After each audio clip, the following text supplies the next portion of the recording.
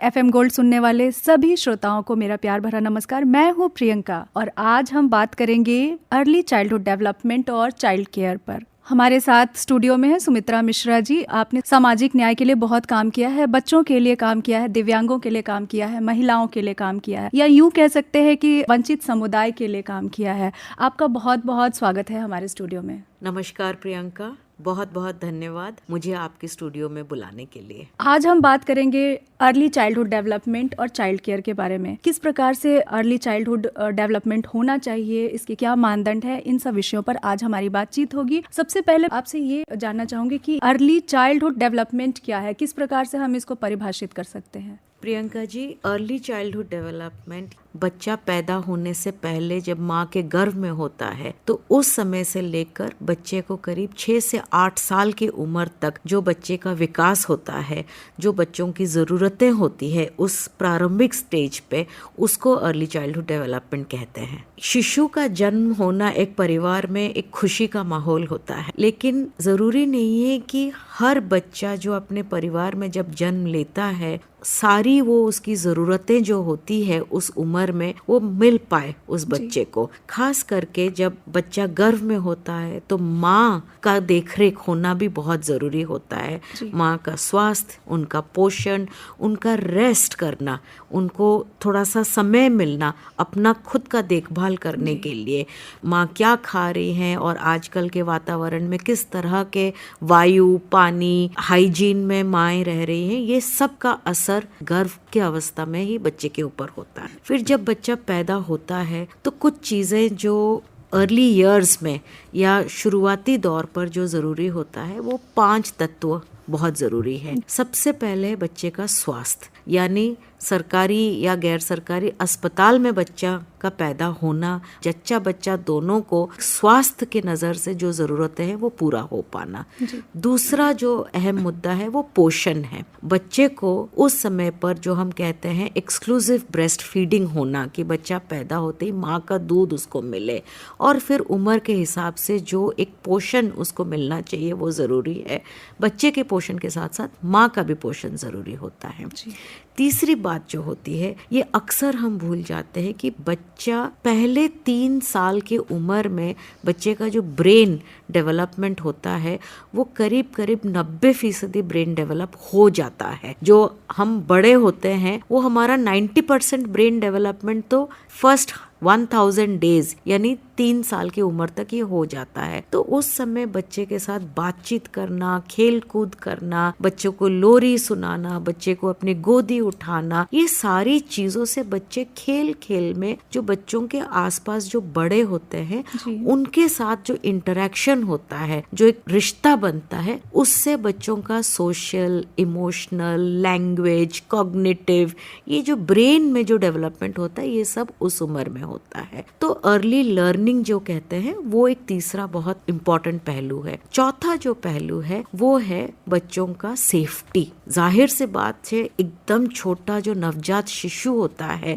2 हफ्ते का शिशु हो, चाहे 1.5 साल का बच्चा हो, चाहे 4 साल का बच्चा हो, चाहे 5 साल का बच्चा हो, वो एक सुरक्षित माहौल में उनको बढ़ना चाहिए। उनकी जो बचपन है वो बचपन में रंग आना चाहिए। लेकिन कई बार ऐसे होता है कि हर परिवार के पास वो माध्यम नहीं होता है या वो पावर नहीं होता है, वो रिसोर्सेज नहीं होते हैं कि वो अपने बच्चे को चाहते हुए भी ये सारी चीज़ें दे सके। तो जो मेरा संस्था है जहाँ हम काम करते हैं, और हम पिछले 57 ईयर्स से अर्ली चाइल्डहुड डेवलपमेंट पे हम काम करते हैं, और जो एकदम शिशु स्तर से लेकर बच्चे को 6-8 साल की उम्र होने तक जो बच्चे का विकास होना चाहिए उस पे हम काम करते हैं।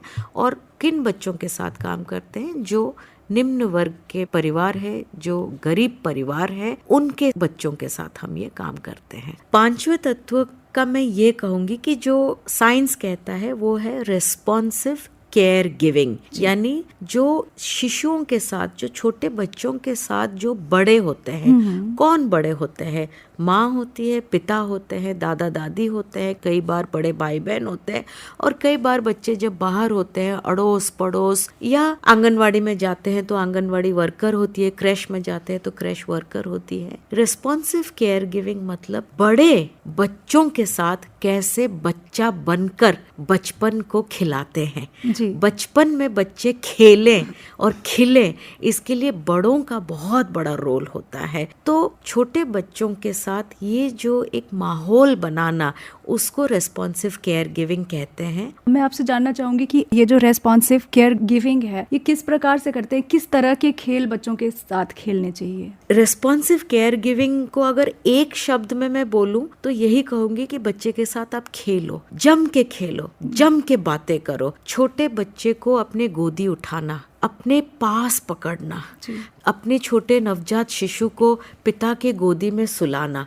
ऐसा क्यों है कि सिर्फ माँ ही बच्चे को सुलाएगी, एक पिता भी बच्चे को सुला सकते हैं। गाना गाना बच्चे के साथ, बच्चा हाथ उठा के खिलखिला के हंसता है तो आप बच्चे के साथ खिलखिला के हंसो, ताकि बच्चा आपको देख रहा है। बच्चा थोड़ा बड़ा होता है तो बच्चा रेंगता है तो आप थोड़ा बच्चों के साथ बॉल खेलो और बच्चों के साथ रेंगो।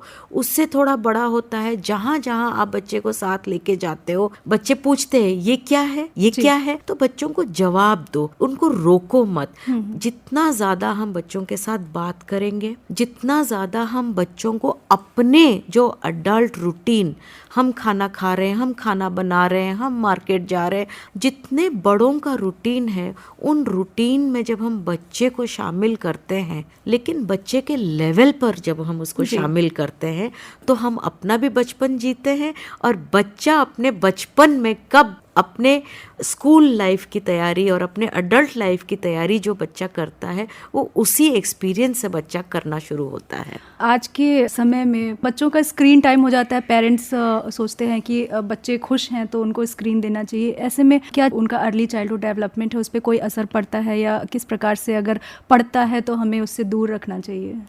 प्रियंका जी, अब स्क्रीन या डिजिटल ओवरलोड इस दुनिया का अब सच्चाई है, तो मैं ये तो नहीं कह सकती हूँ कि बच्चों को स्क्रीन से दूर रखो, ये मुश्किल है।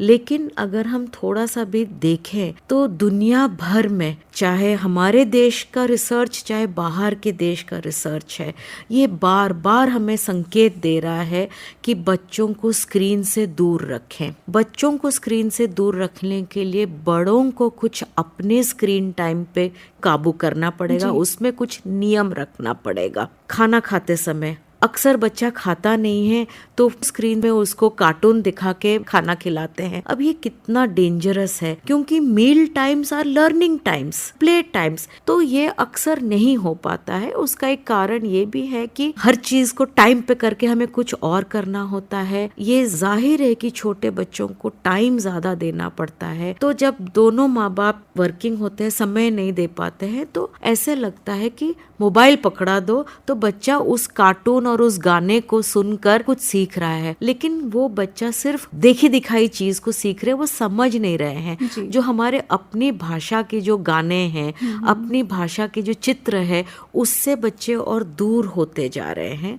तो इसीलिए बच्चों के साथ जब बैठे हैं, जो समय बच्चों के लिए है, उस पे स्क्रीन टाइम को जरूर ना इंक्लूड करें, तो वो एक शुरुआत हो सकता है हमारे लिए। आपकी संस्था किस प्रकार से काम कर रही है अर्ली चाइल्डहुड डेवलपमेंट को लेकर, और क्या क्या तरीके होते हैं इसके काम करने के? प्रियंका जी, ये 1969 में जब दिल्ली में राजघाट का कंस्ट्रक्शन चल रहा था, महात्मा गांधी के 100वें सालगिरह को सेलिब्रेट करने के लिए देश भर में, तब से ये शुरुआत है। एकदम छोटे बच्चे यानी अर्ली चाइल्डहुड का जो पीरियड है, उनके जो वर्किंग माताएं हैं, उनका इंटरसेक्शन और जिस तरह के वो काम करते हैं, जैसे कंस्ट्रक्शन वर्कर है, जैसे घरों में साफ सफाई का काम करने के लिए महिलाएं कूड़ा बीनने का काम करते हैं, महिलाएं मनरेगा के जो काम होता है गांव में वो काम करते हैं, खेत में काम करते हैं, ईंट भट्टी में काम करते हैं, वो महिलाएं जो असंगठित क्षेत्र में काम करते हैं, उनके एकदम छोटे बच्चों का जो प्रारंभिक देखरेख करना है, उस दिशा पे हमने इतने साल से हम ये काम कर रहे हैं। सुमित्रा जी, किस प्रकार से बच्चों का डेवलपमेंट इस प्रकार हो जो विकसित भारत बनाने का संकल्प है उसको हम पूरा कर सकते हैं? प्रियंका जी, ये बहुत सही सवाल है।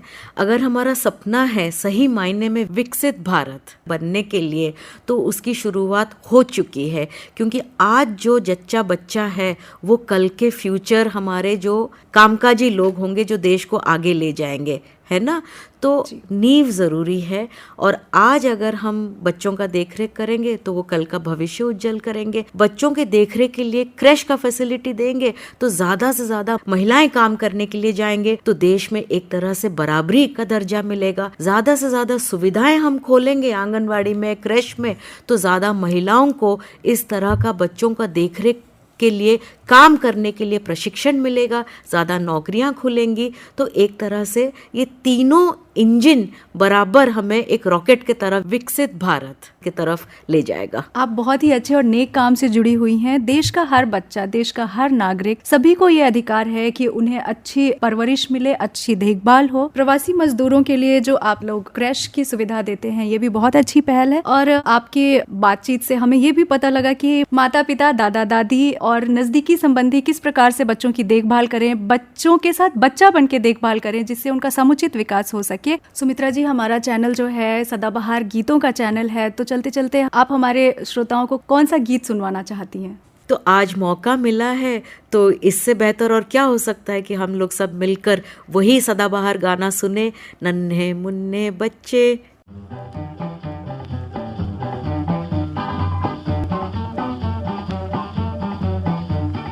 नन्हे मुन्ने बच्चे तेरी मुट्ठी में क्या है, नन्हे मुन्ने बच्चे तेरी मुट्ठी में क्या है। मुट्ठी में है तकदीर हमारी, मुट्ठी में है तकदीर हमारी। हमने किस्मत को बस में किया है, हमने किस्मत को बस में किया है। भोली भाली मत वाली आँखों में क्या है, भोली भाली मत वाली आँखों में क्या है। आँखों में झूमे उम्मीदों की दिवाली, आँखों में झूमे उम्मीदों की दिवाली। आने वाली दुनिया का सपना सजा है, आने वाली दुनिया का सपना सजा है। नन्हे मुन्ने बच्चे तेरी मुट्ठी में क्या है, नन्हे मुन्ने बच्चे तेरी मुट्ठी में क्या है।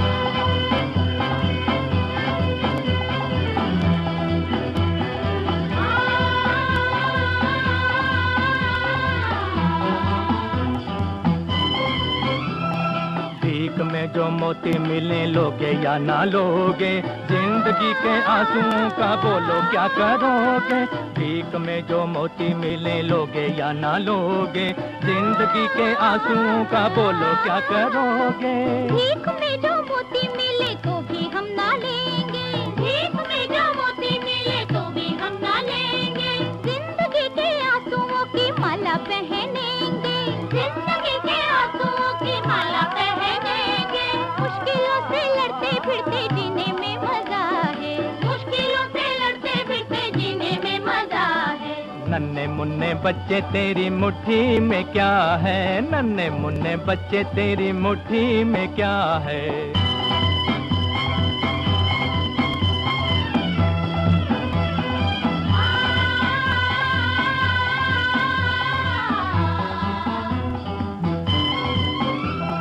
हमसे न छुपाओ बच्चों हमें तो बताओ, आने वाली दुनिया कैसी होगी समझाओ। हमसे न छुपाओ बच्चों हमें तो बताओ, आने वाली दुनिया कैसी होगी समझाओ। आने वाली दुनिया में सबके सर पे ताज होगा, आने वाली दुनिया में सबके सर पे ताज होगा। ना भूखों की भीड़ होगी, ना दुखों का राज होगा, ना भूखों की भीड़ होगी, ना दुखों का राज होगा। बदलेगा जमाना ये सितारों पे लिखा है, बदलेगा जमाना ये सितारों पे लिखा है। नन्हे मुन्ने बच्चे तेरी मुट्ठी में क्या है, नन्हे मुन्ने बच्चे तेरी मुट्ठी में क्या है। मुट्ठी में है तकदीर हमारी, हमने किस्मत को बस में किया है। नन्हे मुन्ने बच्चे तेरी मुट्ठी में क्या है, नन्हे मुन्ने बच्चे तेरी मुट्ठी में क्या है। सुमित्रा मिश्रा जी, आप स्टूडियो में आई, आपने इतनी अच्छी और ज्ञानवर्धक बात की, आपका बहुत बहुत धन्यवाद। प्रियंका जी, आपको और AIR FM गोल्ड के सभी सुनने वालों को मेरा बहुत बहुत धन्यवाद और शुभेच्छा।